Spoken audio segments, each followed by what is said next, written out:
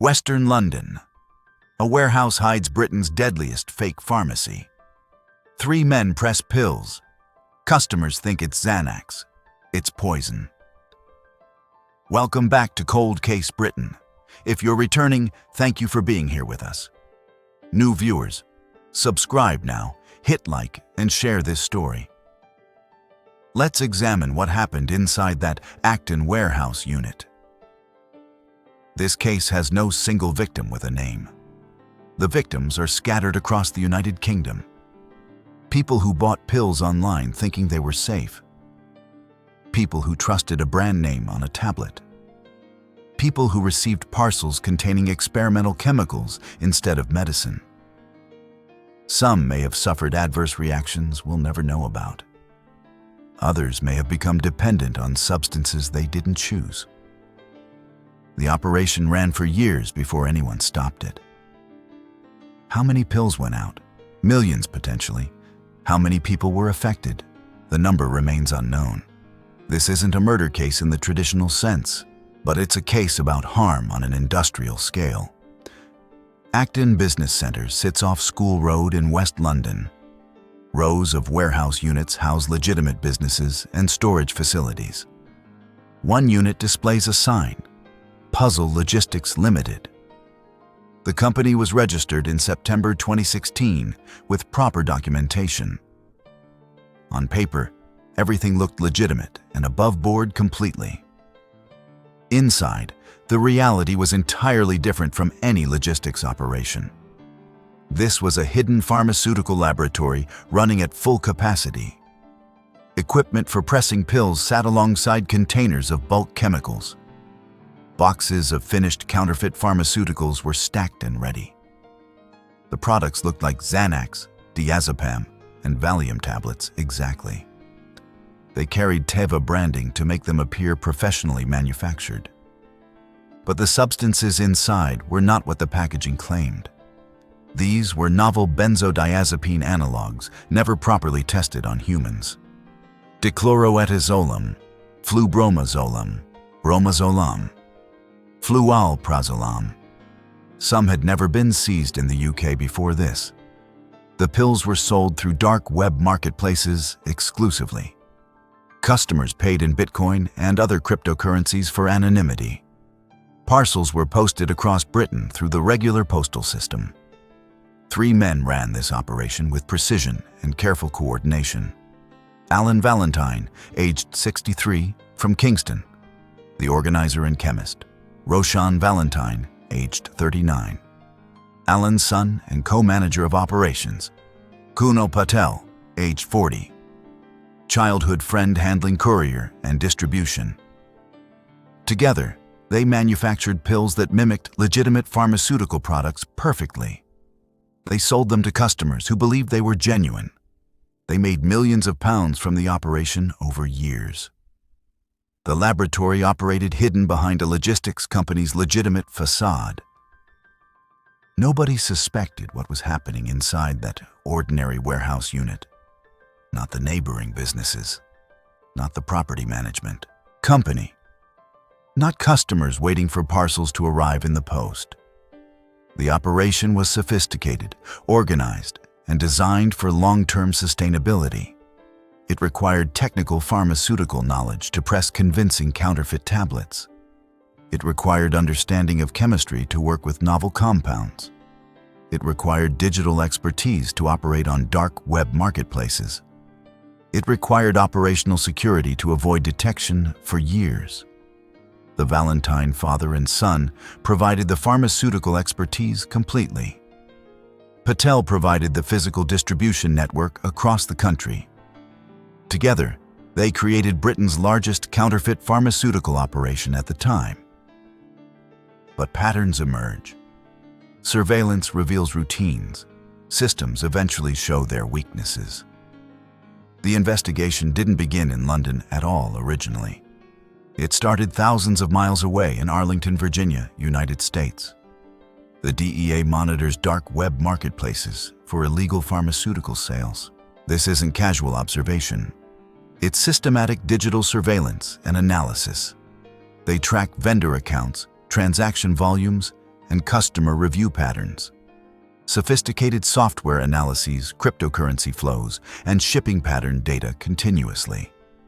In late 2021, DEA analysts noticed something unusual in their data. Multiple vendor accounts were selling benzodiazepine tablets in massive volumes. The accounts claimed to sell Xanax, Diazepam, and Valium exclusively. Transaction volume suggested industrial production capabilities, not individual street dealing. Shipping patterns indicated the operation was based in the United Kingdom.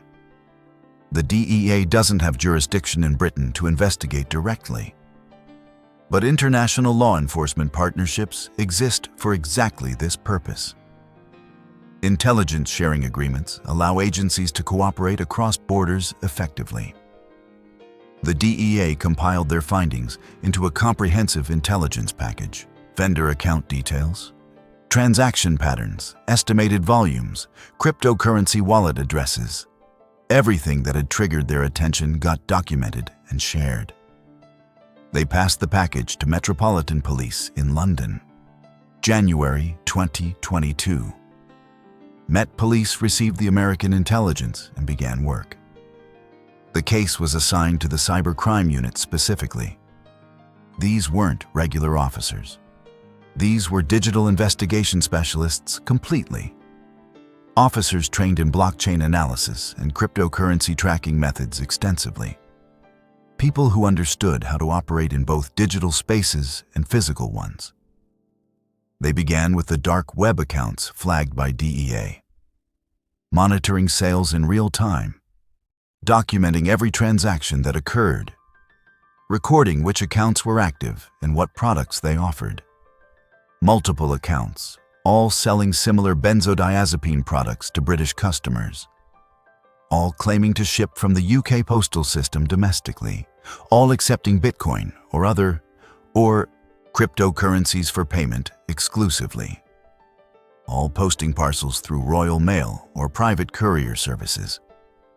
Cryptocurrency provides investigative threads, despite its reputation for complete anonymity. Every Bitcoin transaction is recorded on the blockchain permanently. The ledger is public, immutable, and traceable with proper analysis. The cybercrime unit knew exactly how to exploit this. They tracked cryptocurrency from customer payments to vendor wallet addresses. They watched it move through exchanges and mixing services. They monitored conversions from cryptocurrency to British pounds in banks. They identified bank accounts receiving the converted funds regularly. Financial patterns emerged clearly from the blockchain analysis over weeks. Large volumes of cryptocurrency being converted to GBP consistently. Amounts consistent with a substantial commercial sales operation running continuously. Money flowing into accounts linked to real identities and addresses. Simultaneously, they worked the physical side of the operation carefully. Parcels had to originate somewhere physically despite digital anonymity claims. They had to be posted from actual locations within Britain. The dark web provided seller anonymity, but couldn't hide postmarks. Officers identified patterns in shipping data from seized parcels elsewhere. Postmarks, collection locations, times when batches entered the postal system. This created geographic focus for their investigation in West London. Multiple parcels traced back to collection points in the Acton area. This narrowed down where the production operation might be based. Investigation over several months connected digital activity to physical location precisely. Acton Business Center emerged as the likely hub of operations. A warehouse unit registered to Puzzle Logistics Limited since 2016. The company had all proper registrations and appeared completely legitimate, but the volume of activity didn't match typical logistics operations. Metropolitan Police began physical surveillance of the Acton warehouse in spring 2022. Officers watched from concealed positions, documenting arrivals and departures meticulously, recording who came and went, how long they stayed inside, what they carried in, what they carried out afterwards. 3 individuals appeared regularly at the warehouse location over weeks. Their patterns suggested coordinated activity rather than coincidental visits entirely. Alan Valentine, older man arriving frequently and staying for hours, clearly had access and authority over the warehouse space completely. Roshan Valentine, younger man with similar patterns to the older visitor.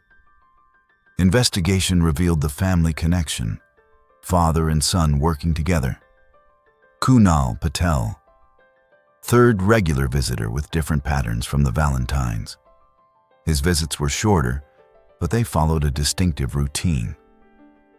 Patel would arrive at Acton Business Center empty-handed every time. He would enter the Postal logistics warehouse for several minutes. He would emerge carrying large bags that clearly contained something heavy. He would leave the business park and drive away immediately. 10 to 15 minutes later, he would return completely empty-handed. This pattern repeated multiple times per week over observation period. The surveillance team documented every instance with timestamps and photographs. What does someone do with large bags in 15 minutes? They can't travel significant distance in that time frame at all. Somewhere local, somewhere close enough for a quick drop and return. Post office, drop boxes, pre-arranged collection points for Royal Mail. Somewhere the bags could enter the postal distribution system immediately. The pattern was clear. Patel was acting as courier for the operation, moving product from production site to postal system with regular frequency. But surveillance alone wouldn't be enough for prosecution in court. Metropolitan Police needed hard evidence from inside the warehouse itself. They needed to catch the operation active with pills present. They needed to seize equipment, chemicals, and finished products simultaneously. They needed to arrest all 3 men together to prevent evidence destruction. Investigators applied for search warrants through Westminster Magistrates Court. They presented the surveillance logs, the cryptocurrency analysis, the DEA intelligence. Magistrates granted warrants for the Acton warehouse and residential addresses. Metropolitan Police began planning a coordinated raid across multiple locations. Timing would be critical. They needed all 3 men in custody simultaneously. They needed to secure the warehouse before anyone could destroy evidence. June 2022. Surveillance confirmed all 3 men were at the warehouse. Alan Valentine, Roshan Valentine, and Kunal Patel inside Postal Logistics. The pattern suggested active operations were happening that day specifically. Officers received the signal. Multiple teams moved simultaneously across West London. Raid team approached Acton Business Center with marked and unmarked vehicles. Officers in protective equipment, specialists in drug seizure and evidence collection, digital forensics experts ready to preserve computers and electronic records. They entered the warehouse rapidly before occupants could react defensively. Alan Valentine, Roshan Valentine, and Kunal Patel were inside as expected. All 3 men were detained immediately without resistance or incident. They were cautioned and informed they were under arrest for offenses: conspiracy to supply controlled drugs, money laundering, fraud-related charges. Officers began systematic search of the warehouse space from top to bottom. What they found confirmed everything the investigation had suggested completely. Pill pressing equipment capable of industrial-scale pharmaceutical tablet production, multiple machines for creating tablets with professional branding and markings, dies and stamps bearing Teva branding and various pharmaceutical identification codes, containers of bulk chemical powders used for active ingredients, dichloroetazolum, flubromazolam, bromozolam, flualprazolam, multiple novel benzodiazepine analogs completely. Some of these compounds had never been seized in Britain before. Boxes of finished counterfeit tablets ready for packaging and distribution. Thousands of pills designed to look exactly like Xanax and Diazepam. Packaging materials, labels, and boxes mimicking legitimate pharmaceutical company branding. Scales for measuring precise doses during the pill pressing process. Mixing equipment for combining active ingredients with binding agents properly. Documentation showing production schedules and batch tracking information on paper. Computers containing records of dark web sales and customer information. Cryptocurrency wallet addresses, matching those identified in blockchain analysis earlier.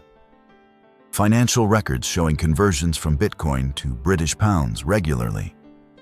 Bank account statements revealing the scale of money flowing through operation. Evidence of millions of pounds in sales over the operational period. The warehouse was a complete pharmaceutical counterfeiting laboratory running at capacity. Not a logistics operation. Not a storage facility. A pill factory.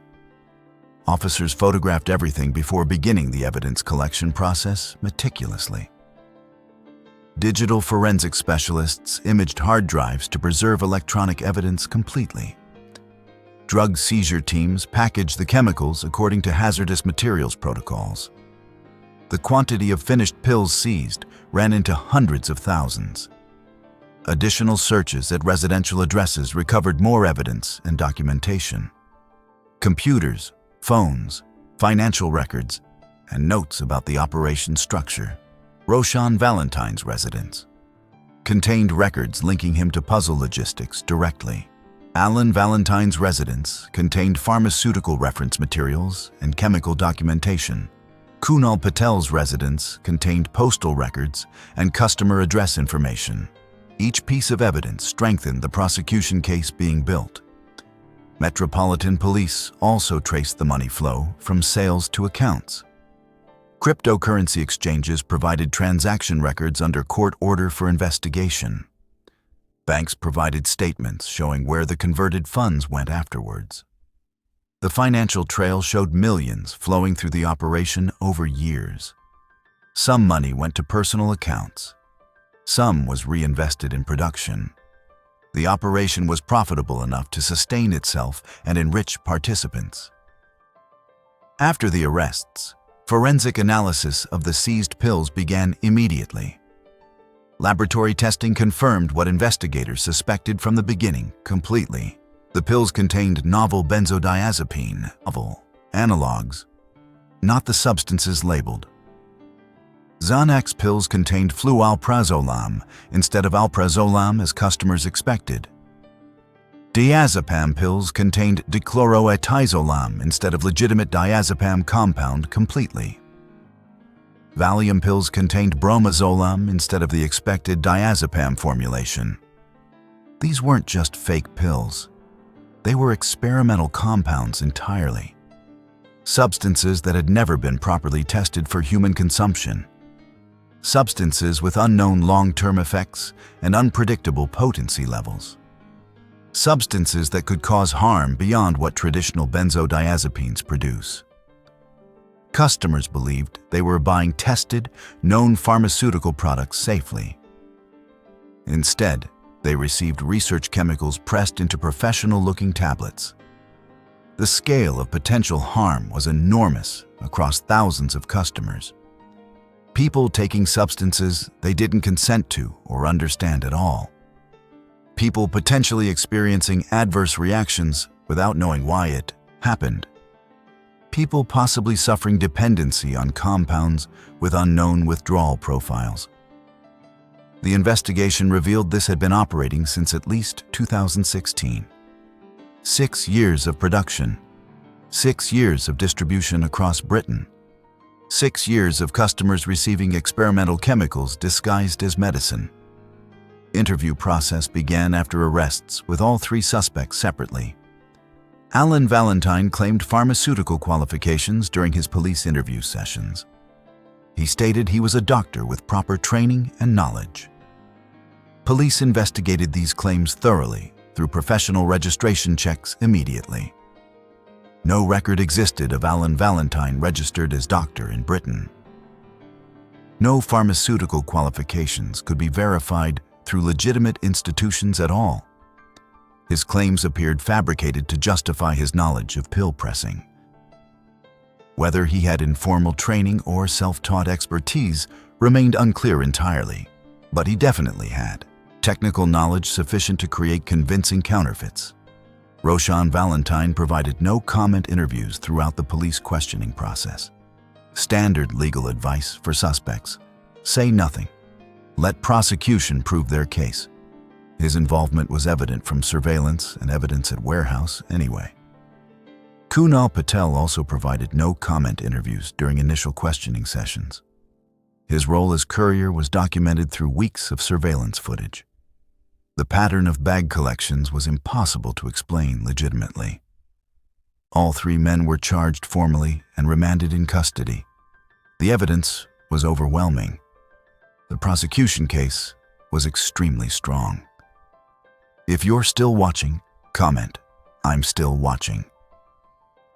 Alan Valentine, aged 63, from Kingston in southwest London, the organizer, the person with pharmaceutical knowledge and technical expertise. He understood the chemistry. He knew how to press pills properly. He knew what binding agents to use for convincing tablets. He knew how to create dyes that would stamp authentic-looking markings. He claimed medical qualifications he didn't actually possess at all. Whether this was complete fabrication or exaggeration remained unclear entirely. But his knowledge was real regardless of its source originally. He could create pills that fooled buyers completely at first glance. Tablets with correct weight, appearance, and professional branding throughout. His role extended beyond technical production to business management aspects. He coordinated with Roshan and Patel to run the operation. He managed the dark web sales accounts where pills were sold. He handled the cryptocurrency payments and conversions to British pounds. He understood operational security and how to avoid detection for years. He brought his own son into the criminal enterprise eventually. Roshan Valentine, age 39. Alan's son and co-organizer of operations.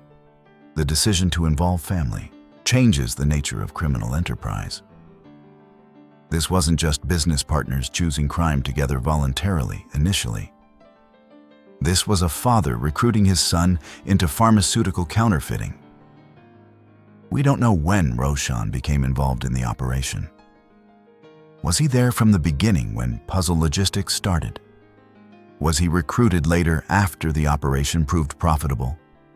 Did he understand the full scope initially or learn gradually?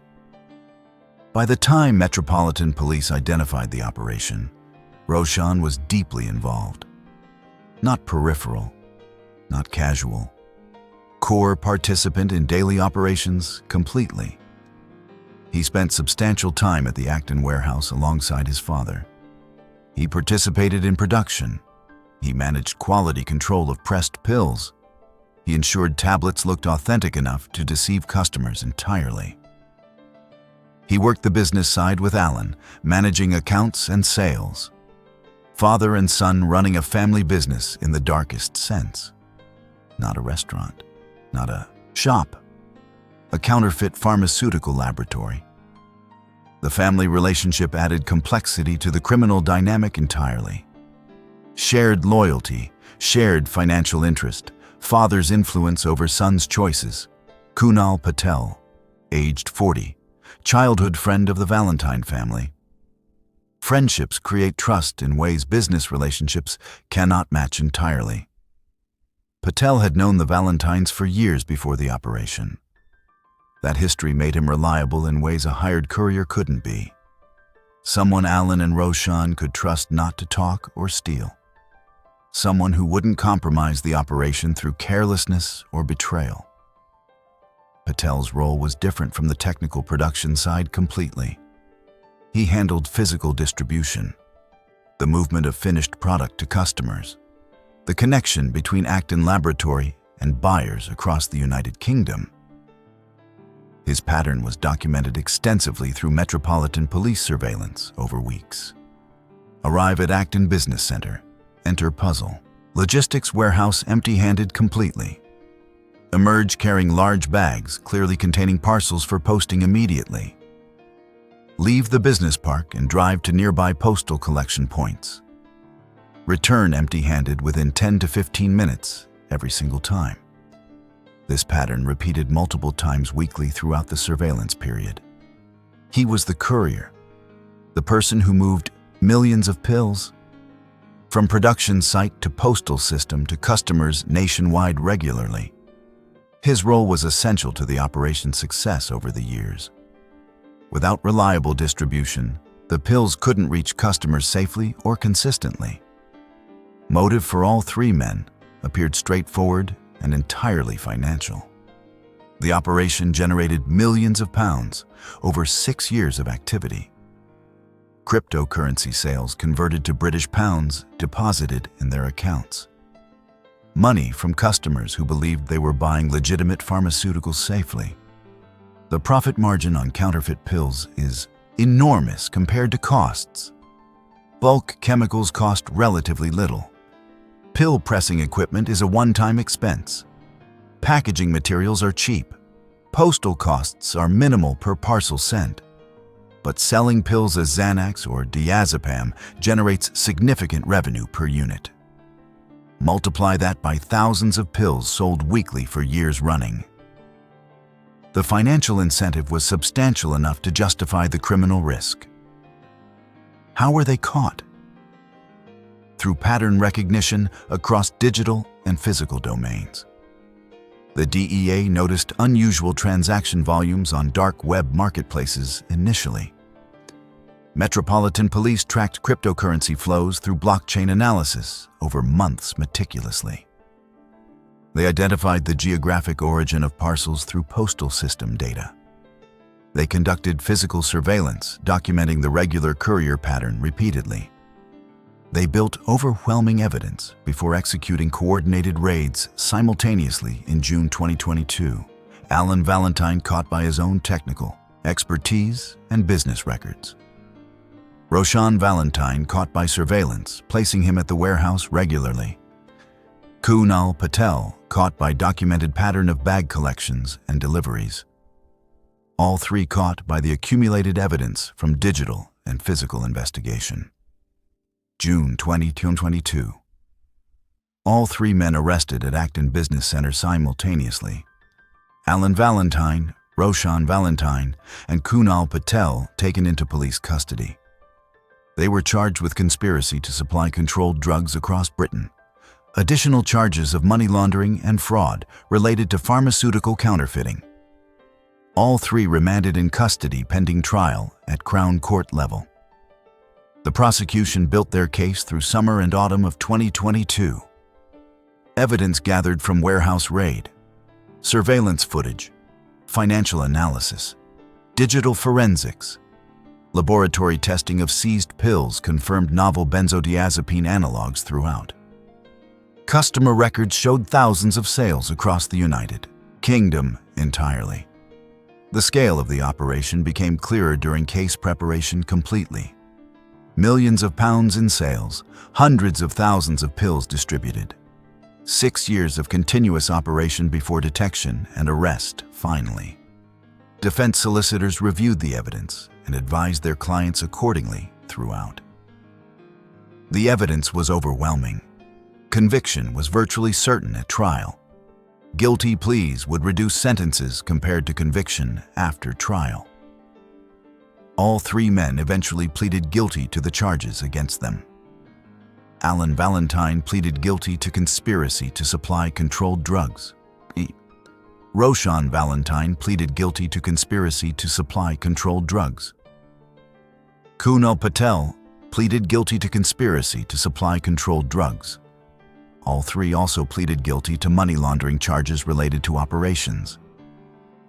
The case proceeded to sentencing at Isleworth Crown Court in London. February 2023.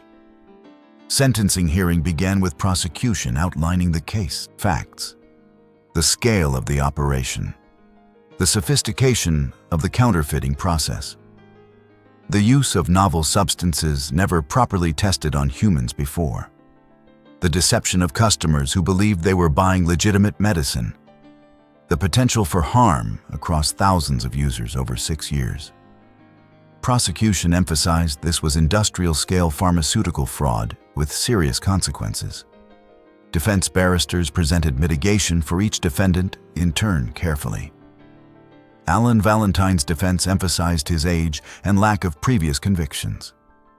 Argued he had some pharmaceutical knowledge that made pills safer than street drugs. This argument was weak given the experimental nature of substances used. Roshan Valentine's defense emphasized his father's influence over his participation initially. Argued he was following family loyalty rather than initiating criminal activity. This carried some weight, but couldn't excuse 6 years of involvement. Kunal Patel's defense emphasized his limited role as courier only. Argued he wasn't involved in production or sales management at all. He simply moved bags from warehouse to post office regularly. Judge considered the evidence, the mitigation, and sentencing guidelines carefully. This was serious organized crime operating over extended period deliberately. Sophisticated operation requiring planning, knowledge, and sustained criminal intent throughout. Production of pills containing experimental substances posed genuine risk to public. Customers deceived about what they were actually consuming from the operation. Millions of pounds generated through fraud and supply of controlled substances. Judge delivered sentences reflecting the gravity and sophistication of offending completely. Alan Valentine, lead organizer, technical expert, business coordinator throughout operation entirely, sentenced to 12 years imprisonment for his central role in organization. Roshan Valentine, co-organizer, production, assistant, business partner to his father throughout. Sentenced to 10 years imprisonment for his substantial involvement and participation. Kunal Patel, courier, distribution coordinator, essential to the operation's distribution network. Sentenced to 7 years imprisonment for his supporting role moving product. Confiscation proceedings were initiated to recover criminal proceeds from the operation. Financial investigators traced bank accounts, assets, and properties linked to defendants. Cryptocurrency holdings were identified and frozen pending court confiscation orders. The goal was to strip the men of profits gained through criminal enterprise. Ensure they didn't benefit financially from their years of pharmaceutical counterfeiting. Proceeds of Crime Act allows courts to recover money gained through crime. Even money already spent can be recovered through future earnings potentially. The confiscation process continued months after sentencing concluded in court. On Acton, 3 men began serving their sentences in British prisons immediately. Alan Valentine, Roshan Valentine, and Kunal Patel removed from society.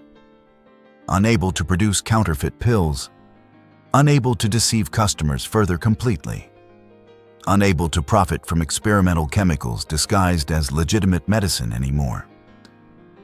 The investigation and prosecution sent clear message about pharmaceutical counterfeiting consequences.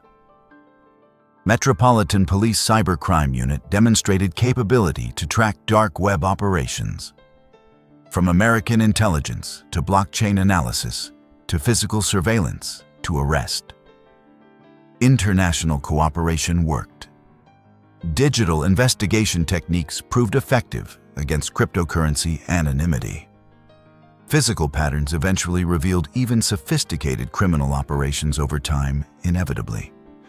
But questions remain about the customers who received experimental pills. How many people? Over what time frame precisely? What substances exactly? Did anyone suffer serious harm? Did anyone die? Records may never reveal this. The pills dispersed across Britain, consumed, gone, effects unknown in many cases. This is the shadow left by 6 years of industrial counterfeiting. Thousands of people who may never know they took experimental chemicals.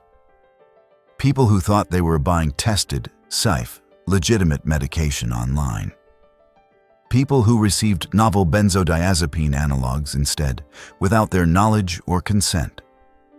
The Valentine operation represented Britain's largest counterfeit pharmaceutical case at the time. Not street dealers cutting drugs. Industrial production of fake medicine entirely. A father, his son, and their childhood friend running it together. Hidden behind a logistics company in an ordinary West London business park. Pressing pills that looked legitimate. Selling them as genuine pharmaceuticals consistently. Making millions while customers consumed untested experimental substances instead of medicine. Until the pattern, pill, became visible. Until surveillance documented the routine operations clearly. Until Metropolitan police raided Puzzle Logistics and shut it down permanently. The Acton warehouse sits empty now.